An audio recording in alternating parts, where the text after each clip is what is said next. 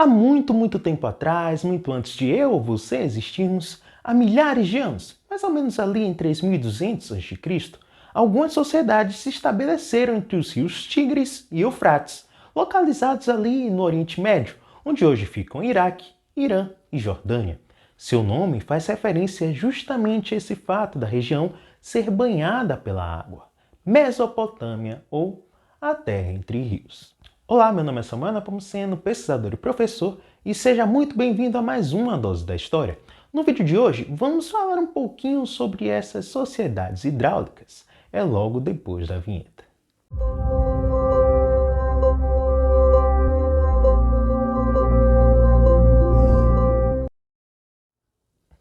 Antes da gente continuar, peço para você dar uma olhadinha na nossa campanha lá no apoia.se/Dose da História.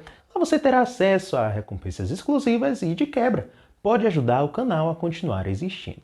No mais, deixa o like aqui se esse vídeo for útil para você. Também não deixe de se inscrever para não perder mais nenhum conteúdo. E segue a gente nas outras redes sociais. Lá a gente posta quase que diariamente no @Dose da História em todas as redes, tá bom? Bora lá! Primeiro de tudo, Mesopotâmia é o nome da região. Não confunda, tá certo? Essa região foi habitada por diversos povos da antiguidade, como os sumérios, assírios e amoritas. E a gente chama esses povos de sociedades hidráulicas por terem se desenvolvido em torno dos rios Tigres e Eufrates. Como você sabe por ter visto o vídeo de pré-história, a água é um elemento fundamental para promover a sedentarização de diversas sociedades. A água vai servir para hidratar, irrigar o solo, e no caso da Mesopotâmia, o solo ficava muito fértil em período de baixa dos rios, assim ajudando a desenvolver a agricultura. Além de que, a água também servia como um meio de locomoção. Essa terra, por ficar em uma região desértica, mais banhada por um rio, foi alvo de muitas disputas por diversos povos de várias origens. Eles dominaram a região em épocas diferentes e cada qual deixou o seu legado. Bora falar um pouquinho de cada uma delas?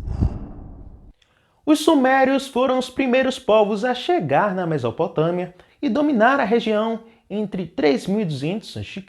a 2800 a.C. Se instalaram ali bem perto dos rios, aproveitando a água para beber, além de terem utilizado técnicas de irrigação que levavam fluxo para regiões mais distantes das margens. Foram os sumérios que criaram a escrita cuneiforme, considerada a primeira forma de escrita da humanidade. Ela consistia no registro de traços pictóricos em um bloco de argila por meio de um objeto pontiagudo chamado de cunha. Por meio dessa escrita, se registravam detalhes do cotidiano, registravam afazeres e muitas outras coisas também. Inclusive, muito do conhecimento que se tem sobre a Mesopotâmia é através dos escritos cuneiformes, como a Epopeia de Gilgamesh e o Código de Hammurabi, desenvolvido pelos amoritas. Os sumérios também construíram os zigurates, edificações piramidais que serviam de armazenamento de produtos agrícolas e de prática religiosa, uma característica marcante desses povos da antiguidade oriental. Sobre a agricultura, é importante frisar ainda que o excedente de produção era aproveitado no comércio com outros povos. Uma pausa aqui na explicação para te lembrar de conferir a nossa curadoria de obras, o Dica da Doses. Lá você vai encontrar indicações de livros, filmes e tudo que você tem direito para aprender enquanto se entretém. Tá logo no primeiro comentário fixado na descrição também. Comprando por algum link de lá, você ajuda o canal a crescer também. Jabazinho feito, vamos continuar. O desenvolvimento das cidades sumérias aconteceu sob o modelo de cidades-estado, ou seja, elas de certa forma eram autônomas, independentes umas das outras. Assim, cada cidade suméria possuía um jeito de administrar, governantes, leis distintas e jeitos de fazer economia diferente umas das outras. Cada cidade suméria era governada por um rei, e o primeiro registro que se tem a respeito de um rei refere-se a Etana, chamado pelos sumérios de aquele que estabilizou todas as terras.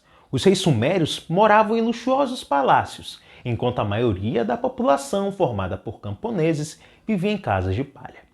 As cidades sumérias também possuíam grandes templos dedicados aos deuses, chamados de zigurates. Um dos poucos pontos em comum das cidades-estados sumérias era o próprio idioma sumério, e a galera lá vivia em guerra para disputar quem tinha a hegemonia da região e garantir melhores terras. Até por conta disso, uma cidade-estado suméria era muito bem protegida. Por volta de 2234 a.C., um povo de origem semita que habitava a região central da Mesopotâmia conquistou as principais cidades sumérias. Os acádios eram liderados pelo rei Sargão I da Acádia, que construiu o Império Acádio, o primeiro grande império centralizado da Mesopotâmia, que dominou a região por cerca de 200 anos. Os acádios herdaram a escrita em muitos aspectos culturais dos sumérios. Eles também eram politeístas, acreditavam em vários deuses e também acreditavam que o rei era uma espécie de representação direta de uma divindade superior. No seu panteão tinham deuses que representavam a sabedoria, a feminilidade, o sol, a tempestade, a escrita, as guerras e outros. A base da economia da Acádia era a agricultura, garantida pelas cheias dos rios Tigres e Eufrates. O escambo também era uma atividade comum. Ainda não existia moeda, então produtos como cevada, tâmaras, trigo, lentilhas e outros frutos e grãos eram trocados com povos vizinhos. Por volta de 2154 a.C., os gútios invadiram a região e destituíram os acádios do poder. Os gútios foram posteriormente sucedidos por outro povo invasor, os elamitas. Nessa linha do tempo é hora de falar dos babilônios, no caso, o primeiro império deles. Eles se chamam assim por fazer a sede do seu império, a cidade da Babilônia. Entre 2000 a.C. a 1515 a.C., os babilônicos dominaram a Mesopotâmia num processo de expansão territorial e domínio de outros povos. O mais famoso rei babilônico foi Hammurabi, que ficou mais conhecido por ter criado um código de leis em seu domínio, o Código de Hammurabi. Esse código previa a punição aos crimes cometidos de forma proporcional, baseado na lei de Talião, aquele tal de olho por olho, dente por dente. O domínio babilônio durou até o momento em que os hititas invadiram a Mesopotâmia. Vamos lá para os assírios. Os assírios se fixaram na região norte da Mesopotâmia a partir da construção da cidade de Assur, por volta de 1900 a.C. Durante grande parte do segundo milênio a.C., os assírios foram controlados por outros povos mesopotâmicos, como os hurritas.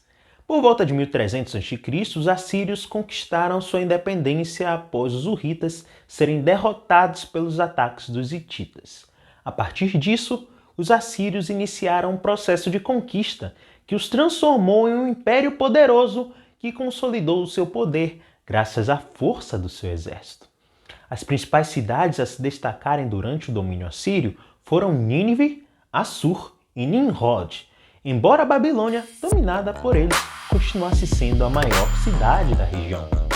Um dos mais conhecidos reis assírios foi Assurbanipal, responsável por construir a grande biblioteca de Nínive, que continha milhares de tabuletas em escrita cuneiforme.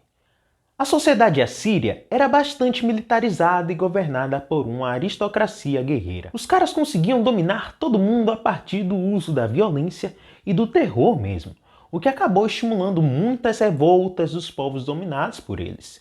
E foi a partir de uma dessas revoltas que os assírios entraram em decadência pelas mãos dos caldeus e dos medos também, por volta de 612 a.C.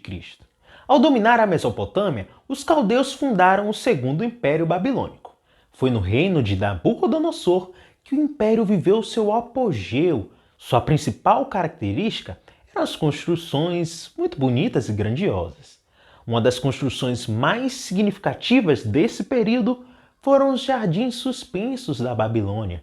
Além da agricultura e arquitetura, também era forte a produção de linho a partir de lã de ovelhas e cabras. O Segundo Império Babilônico foi derrotado pelo rei Ciro II em 539 a.C. Para fechar, vamos resumir. Os povos mesopotâmicos se desenvolveram às margens dos rios Tigres e Eufrates, o que foi fundamental para o desenvolvimento dessas sociedades. Como características gerais temos economia essencialmente agrícola, comercial e agropastoril. Na política, eles eram povos governados por um soberano que acumulava funções de chefe político, militar e religioso. Na religião, por falar aqui dela, né? Nós temos sociedades politeístas que acreditavam em vários deuses. As sociedades, geralmente divididas em castas, em que não havia nenhuma mobilidade social. Nasceu pobre, morreu pobre. Nasceu rico, morreu rico. Um exemplo bem básico para você entender. Já outro ponto a se destacar é a questão da astronomia. Na questão de observar os astros para prever enchentes de marés. A gente tem aqui também uma ênfase na arquitetura. Muito obrigado por assistir esse vídeo até aqui. O Dose da História é um projeto educacional feito com bastante cuidado. Considere se tornar um apoiador do projeto e nos ajude a seguir produzindo uma educação democrática e acessível para todos. Nos siga nas redes sociais para conteúdo diário de história e ciências humanas. Até a próxima!